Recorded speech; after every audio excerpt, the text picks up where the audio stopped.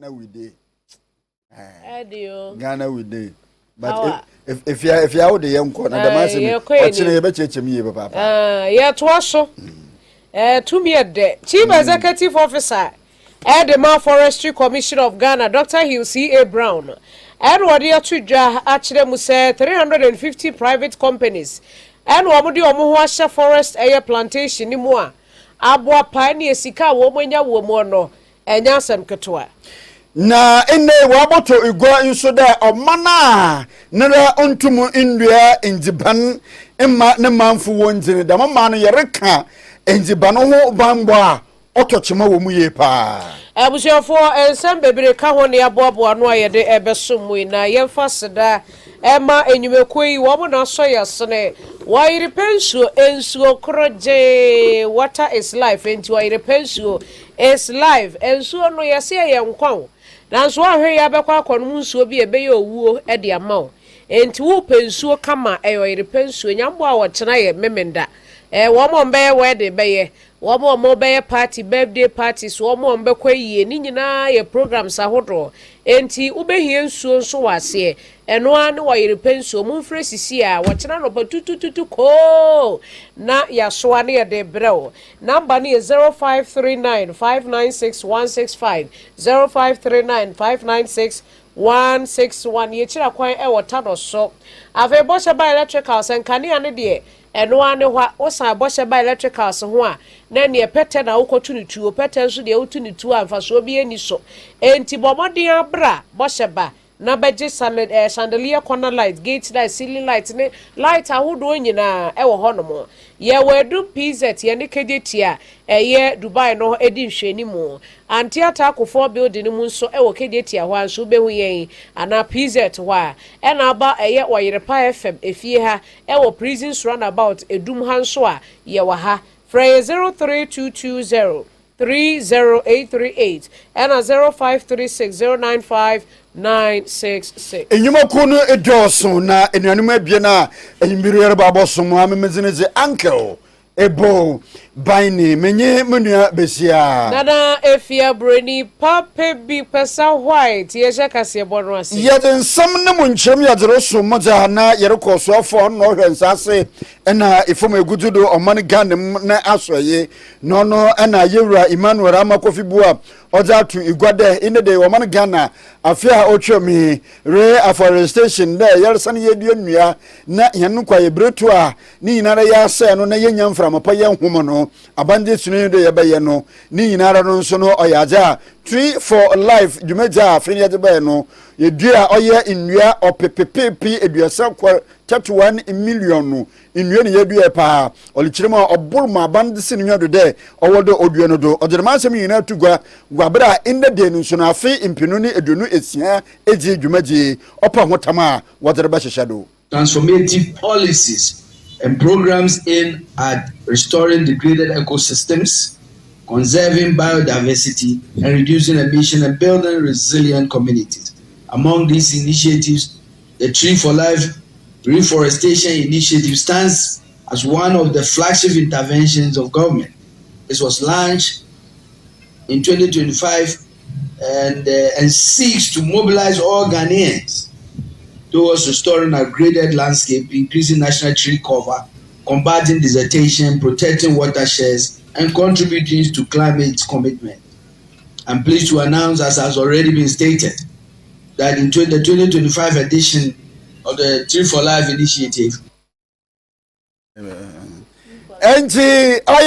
Tree for Life, and in the day of Payinwa Water, no, you na, or say, addition for. Awo Marigana mu inkrande womo modera na woma hono kwano ndo hono nwange nnua nu nnua hu ye papapo sane de se yenya dam akwanje na kwano ye to dama na mo na ya de bohen kwaye ho ban wo Marigana mu. The choice of the West African Senior High School as the venue for this national celebration is highly symbolic. The future of environmental sustainability rests largely in the hands of today's youth. And so, my fellow students, we are not merely beneficiaries of environmental protection efforts. You are active partners in shaping the sustainable future. And this is where your leadership starts. I therefore encourage every student here today and across the country to become an environmental ambassador. Plant trees and care for them. Avoid littering and improper disposal of waste. Conserve water and energy. Encho from coffee bu an kwa kremun na ose in the day jinaya abanensi da fimpinu edwenu esuan wode taboroto oye take away do and afa disposable cups in the plate ne do nara dambre yadrebo bo ma no ho ba no ni nyina ya yese ya abanpedo oye no te boa na jobo aja bo wetwe ye no ho oye environment ni nyina no ya bo ho ban. Government remains committed to addressing plastic pollution and environmental sanitation challenges. Following the announcement of His Excellency the President John Mahama during the 2025 World Environment Day celebrations, the process towards banning polystyrene foam products, commonly known as styrofoam takeaway packs, is already progressing steadily. Public education on waste management, recycling, and responsible consumption is also being intensified nationwide. Emmanuel ama kofi ibua osafa onu no hwe nsase enefo megutudo ewo maniganem yento akase bonusom ene aba betodwa ese eyade a enkrofo afa kwan bi so a wo mo tonkwada edi fro maniganem ani abehwe bosompo no mo de netwa Nigeria ne yede ne Cote d'Ivoire ne yede ne na obu wo hokra otumi ba osu o mepa akwada na akwa akwotena wa nkuti ankoyeyi ankohwehwemu na wo de akwada na mane so one ne nkwotena obeti weni no ne yede oba edwane na esa akwa akoye ahomete sempa child trafficking no ekoso angazangaza na no ena nei empanyifo bi aba bekasa eye dialogue ko so anase nkomotwetwe ko so ye fa human trafficking ho nipa ye wia wo mo ekoton eho eno nam so ema senior immigration officer Alberta Ankara ekasa wase eno wo kire mu se ye chew se wafa kwan bi so ewi akwada akwa akoton no anase wo kura wa ba bewi akwada no a wodi ni dwane ne ye chewa 25 years abro so 25 years efiase de obekwa akwada ayafin so wode efutuo ma wofo se no ba wo ho na obi ba na obeka che so me pa akwada ne na atena hihye nipa ne ti ye pa ansampo na wode oba no de ama no se wone ne nkotena sanse dodo na no wode akwada ne be ma ne bewie no na afi wode akwada ne dwane anase wakwa akoton ne bewie kire owofo na afi wu twedwadwo na wusu ni nyina yade a ha adwene papa. So you are found guilty of any of these offenses, whether it is child labor, child trafficking, human trafficking, whatever trafficking you find yourself, if you are found guilty, a man in Uwedi. Now, man in Uwedi, the minimum sentence is 5 years, maximum 25 years. Inti emfa oba mobi say fakoye abra woni mu de nipa no de oba no kwa akoye. Obi suba no beda da o sa kwenti obi da baby na me pese woko. Make sure so be finding out whether baby or they will come find purposes baby from migration information centers. You can visit any of the centers. So be person or do to find now first I want to know they will come pair bisa hunsam. Ni ekoti ye Madam Alberta Ankara wano senior immigration officer ewo Ghana Immigration Service any attending kano na director of project and operations and so edema engage now Africa afasi komla and so edibi eto aso a wo kire mu seyi kakra pese ka kire awofo ni ankrankra ani ko bia ni se wo se akola bi anaso awofo bi di ni bako sa nyama wo mu a ese o ka kire ni se mbra ni tia ye di kan na tusum ye nu so no Muse emrane chemuso a ebejele kakra me sampe se metu ofu bia funu se moma yen twen yan fi enkola sidwa suma sidwa na ye de enkola bebre ekomu no ne yen se enkola no Nyankopon de ye man se yambo am ne yen hwom Wanipa yɛte nkan ɛyɛ Director of Projects and Operations Edema Engage Now Africa. Afasi Komla ɛne yɛte sɛ wɔkasɛ. Na in the day no krata bi ifi asɔyɛ a ɔhwɛ apɔmuden odo ɛwɔ man Ghana Amerikyerɛ Ministry of Oil Health na oyimyanfo kɔbra minta kando ɛna ɔda dam asɔyɛ na no krata ni nyinaa de kyerɛm dɛ konfanoche abanna ayɛresabea no ɔyɛ board of directors no wɔn modernara no panyin kwankyerɛfo mekyerɛ chief executive officer wɔntwe ne nsensen ne dwumadza ɔredi de panyin kwankyerɛfo ɔda ayɛresabea na ase no wɔntwe nsensen na wɔtwe ebien na wɔnkɔda no wɔyɛ nhwehwɛmi bi wɔde damasemi botugua ɔyɛ nda ifide yara dwun musum no de ɔtɔdo enum yi ɛna wɔde damasemi abotugua ne nyinaa yɛ dɛ ɔyɛ nda nansa ɔnkyɛre bi na wɔtwe yamu ina opanyini di botu gode konfanoche accident and emergency center hono ehwa ye maye papa nisa sunti no oyaza nyimpa dodo a ende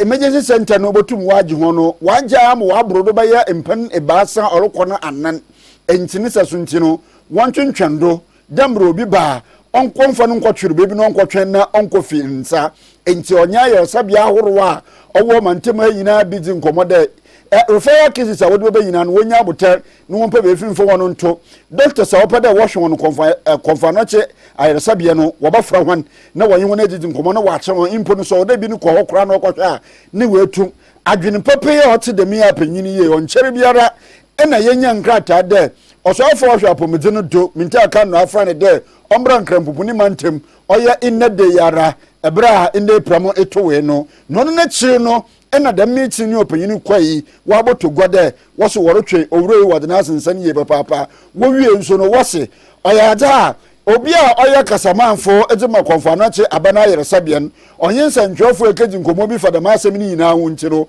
anu so wo hwehwe na asem mu ne ni nyina mu no so okoba de nkomo na onyensa ntwofo beji ya wo Ghana fu oni di mu no nso no so obubo na anu so atwetwe bokwa maniye papa na wo so wo si de megyina ni nyina osane de omampayiri botu gwade ayesabie bia nyu wo Ghana wode yarefu bia kwa manya wadwe na enje de empa ho de mpanyiwo jeno na yenyim sa akona sa mpanyi ho a okwa asa doctors no wodi bi ba hyehyɛ ho nachiro se woboso esuo bio se wobama nurses ne de mpa kate fifi aba na wode aboso ono wosedam asem na president kan nti ana opanyini ade a waye no webu president na asem wo kan nti no watwe na asensen na da masem ka se boede ebrin hyada ho na mmum no nyame ya adom a da kyena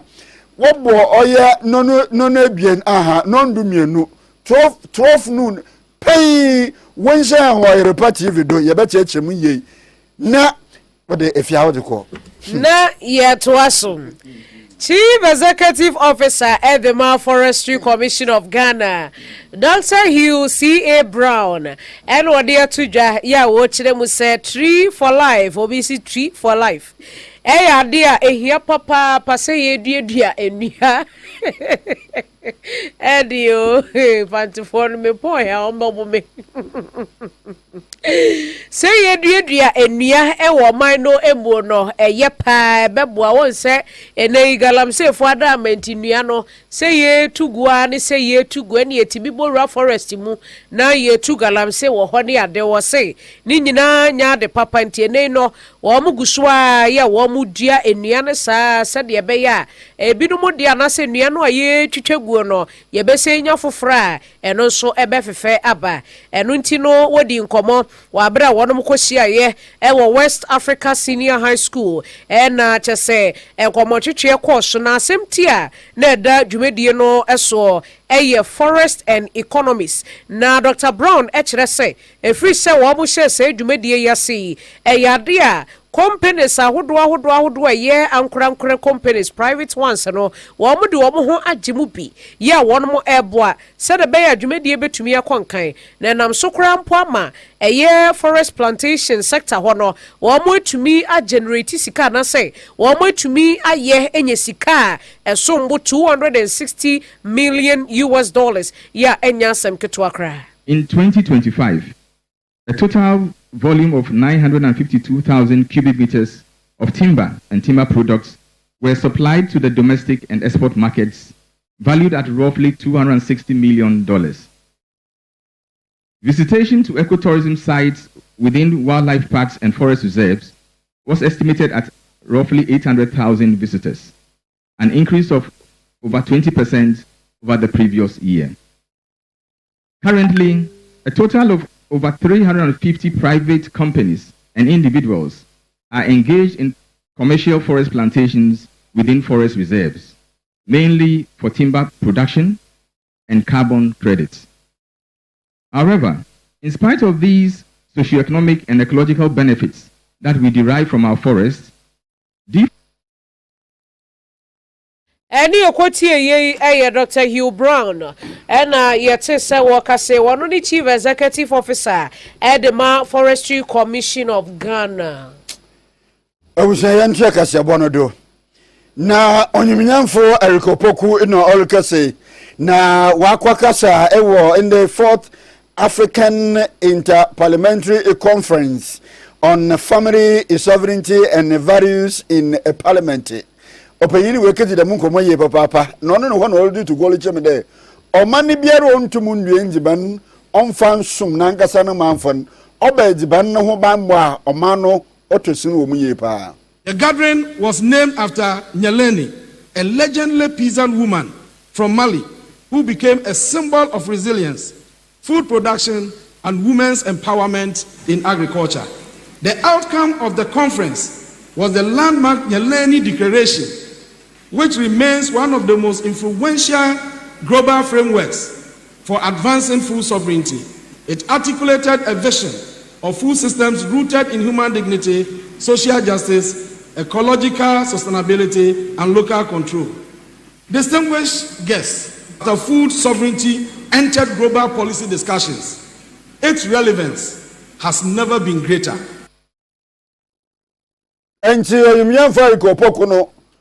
Ano kase yemfo kopoku no kase minta kanda ho Sam George nso ho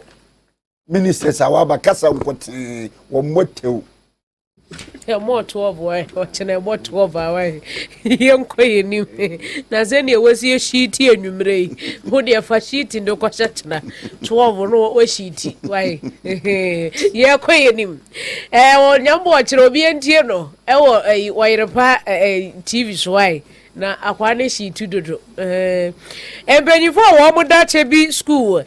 for the dead na say yenuano mo asebio wo mo aso ente kasa wo mo suku ye wo chebi na embenifo e wo mo kasa no wo mo kire se eyade a eduane ho akwatwe pa e de ama wo mo afei wi eduane sem no efiri ho no mo a infrastructure chese enkwanya wo mbetena so ye tebura wo mbesua so ade ene ade afei teaching and learning materials bi ti say chalk ne book ne ye notebook ne chese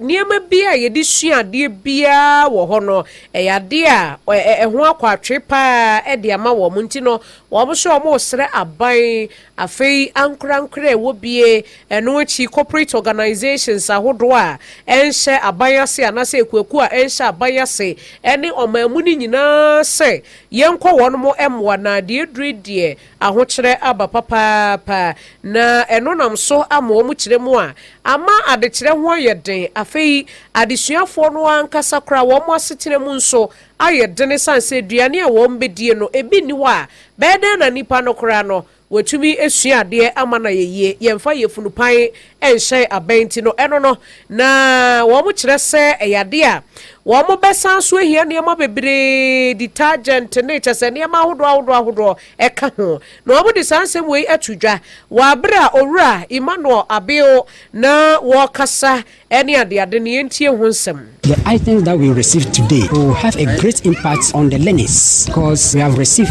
food items from the government, but it's not enough. Therefore, benevolent organizations and then the philanthropists in a community who decided to give their social responsibility to the community remembered us. So if you go to the dining hall, the way you see the food that we used to distribute, this time we are going to increase the quantity and then nutritional value. We are going to improve upon it and they can concentrate in the class. No one will be leaving the class because of hunger. So I believe it will go a long way to help. Any equity ora Emmanuel Abio Wano eye penya wada eye Chebi School for the Deaf ano ena tenen kanona ora abio eto asubium eno osi school ne de eba ye nye emfie bebre nie ena school no eba ye nanso ene mo bebre na se wo ho a won mu hia accommodation kra so kra dene achechefo no baby a won beda headmaster baby a obeda ene ade ni nyina ho ayedene teacher for no staff no eto de bia ate so omo ahihye omo nkunya wo school na bonten no omo atumi atena ho ama kemba kenkwada books ni ade wose chese ene ama se kra. Yes, the school has been established for long, but the majority of the staff are staying outside, and these people need 24-hour monitoring and supervision. So we are appealing to benevolent organizations to come to our aid to put up a staff bungalow for the staff, and also we need a photocopier that we can use to print their question papers for them, because they are writing the same exam with the hearing counterparts. If not, there will be a gap. But if we have all these resources, there is nothing like disability. We'll be able to do that. We need a printer, and then in the classroom we need the projectors because they learn by vision. So some of the abstract things, when you are explaining it in sign language, they Enti naturally say Owura Emmanuel Abiu any attending Kano headmaster at the Chebi School for the Deaf. I don't know. If you have Ghana card. Me will be Ghana card. Me Ghana card ho. On the Shamoan. Sisi Ghana ni Ghana card into me jopono. We. Aye. In your Ghana card and sign it. Yadi kasebon lukopo mo ewo etifido mantem na oye etamale kropono opanyini kwankyerɛ fo hwe womasua do ho owura Nelson oye Conlan ono ori kyerem de iremu ewo oye kropono mu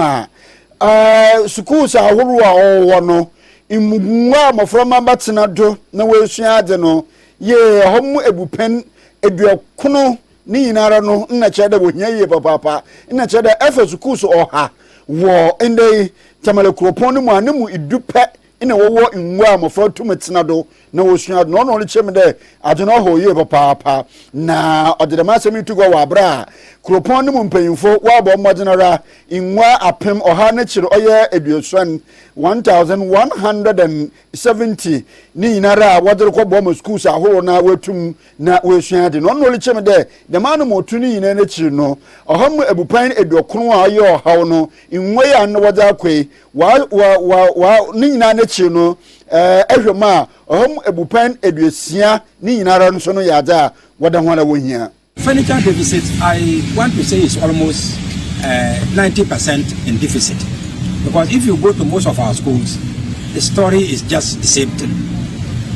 So what is there is barely, we have about 10% of the furniture that is supposed to be in our schools. Because last time, the Honorable Mayor witnessed the donation of some other furniture when he came and took over. And that went into the system. That was not able to solve much of the problem. Neko Kremen ena tamale kropon ma bankrati penyin onyiminyamfo Abu Takoro odi chemede kropon worobo wonu modini ye papa de woboboa ima inwa ko schools ahorowa owo oye kropon mu nende hwa oye assembly ne common fan no opepe ekuru na chiranan 1.4 million no Ghana cedis ni yinara wada aboa wodire ye nwa good schools ahorum ewo kroponum. Yes, today we are here to fulfill the promise made by His Excellency John Dramani Mahama during the 2024 campaign tour. He made it clear that when they gave us the mandate, we are going to make sure that the furniture deficits that in our public schools, we are going to make sure that every blessed year we use 10% of our common fund to supply furniture to the schools. So exactly what we are doing today, Tamale Metropolitan Assembly. We are going to do it in 3 phases. Today is phase 1. Phase 1 is going to be solely for primary schools. So primary school, we are handing over 1,170 dual desks to the Metro Director of Education, onward supply to 29 schools within the metropolis. Then the second phase 2, the supplier has started bringing the monodexes. Enti onyimnyamfo Abu Takoro oye etamare kropon ababekra chipenyin nenze ene yeti na sei ensem bi aba yeso ko Ghana ye port wono a bebi a enkrofo kra niema efa edeba etise tema port ne se bi kra watakra de meboa aha se port no aya na ye kra niema efa ho eba no bia meka port yo obi akwadwen se da sen na meka nya da sen we ye bebi a ye kra niema ebedru ewo man ni mu na afi nipa kra ne niema ba bedru no akọ no akoyi na ade ede aba eho asem na meka na ye kire mu anansen ye se empanyimfo ye hyehyeye bi a chese ama woni ye kra niema firi amanone ede bo man mu no wo kwakoyi a omo chire wo bo pa kwen de omo fa so nje se eye for street nankasa ha dwene enti no amanfo kasa ho atese abeye yo ya nkrofo ka ho nsem bebrebe nanso namso ama Media Coalition of Good Governance MCGG wo mo de aba betudwa a chire mu se senior amanfo eka no say integrated customs management system no de wo how aba importers and exporters so no wo kire mu anya no kresa ente sa kra wo mu se wo man bia no anasa ade bia no ye na nsakra foforo ba aho kire kitwe bi ebetumi abamu de nanso ente se senior enkrofo esi ka ne ya sa no na wo panyi e frɛ ne se kwadwo baafo wono ene wo gine koya na mu ya wode ensemi atudwa wa bra na one more friends am trofo enhyiemu ewo enkran mantam no emu adwumaku no ye frɛ on LCB Worldwide Ghana na aya na mpempini susu sɛ enyoma na efri amanone ba no ebetimi de eye enyarewa de aba ɔman mu nti dwumadi ɔmudi wɔ airport wɔ ne sɛ saa ehawa yare a de bɛba ɔman mu na ɛbɛfa airport no omo ene hwe eso ano omo ya adwuma no mfie bebree die saa adwuma kuyi susu no omo ne Ghana Shippers Authority ene ye adwuma ene eye se omo disinfect containers ne susu oman yi mu susu no eye apomudin nsem nyina no eye Ghana Health ena ehwe ano ana eda ano nti Ghana Health for ene omo wo saa contractor omo no mu ye adwuma nti abrɛ no bia adwuma omo ye nyina Ghana Health ne hwe se ne omo ye nyina ededa na akwan mu se eye pepepe nti Ghana Health so abo ma ba so se adwuma omo ye no omo ye ne ye na we na anuanom bi ba abonten se omo adwuma omo ye no enkoyi nti no omo be sere se adwuma omo ye no kra engine free omo nsem na yemfa ma obi foforo no omo ye de omo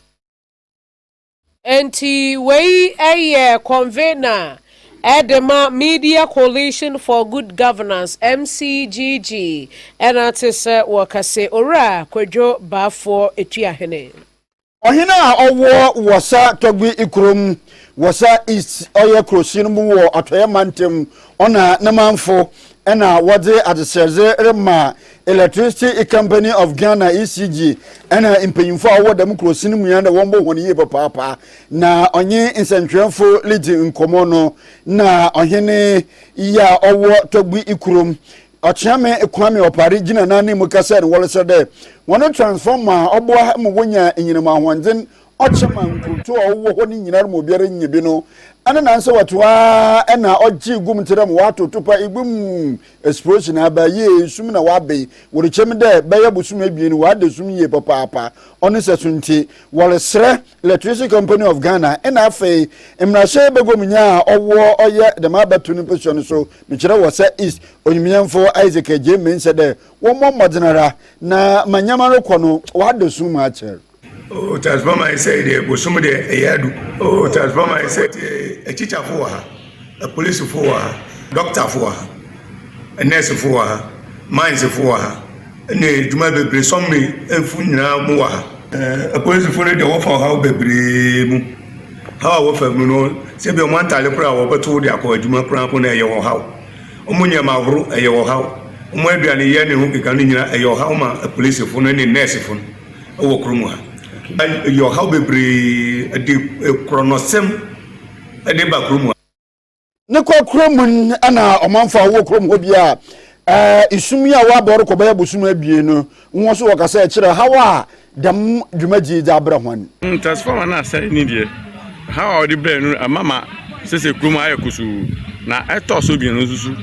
eyi na nkora mu first na omu ndoso sa sese ni omu aba no omu su si dan e de ka ho nti mama sese dan no mbadoso si transformer no ne somali for susu omu yusu bi mi ena kro foforo susu kro akra akoye se site foforo susu be ka ho ma o se transformer no e bi ka ho ana ensu si wei nti enu na mama sese ye ble transformer kakra na e bro kakra na e bro enti wasa togbi krom wasa isi krosin mo to yamantem asam ena yerikini na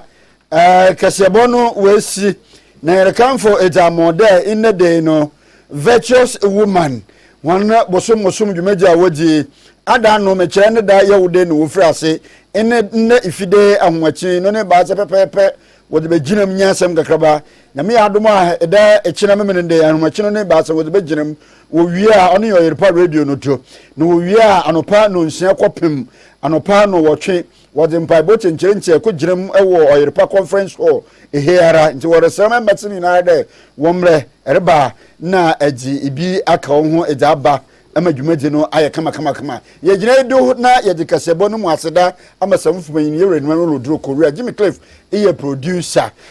Sidus ha Amwaten wadonkwa Deken eno obunye chindom the producers enwanu mebie na ye bosom na amemezine se uncle ebo Baini ena Nana efia broni pape bi kwesa white ye kwidie na kire se KOB ne nedom wo mo de eye asetena pa mun komo ebeto so ye da mwase mo ni hwa adehye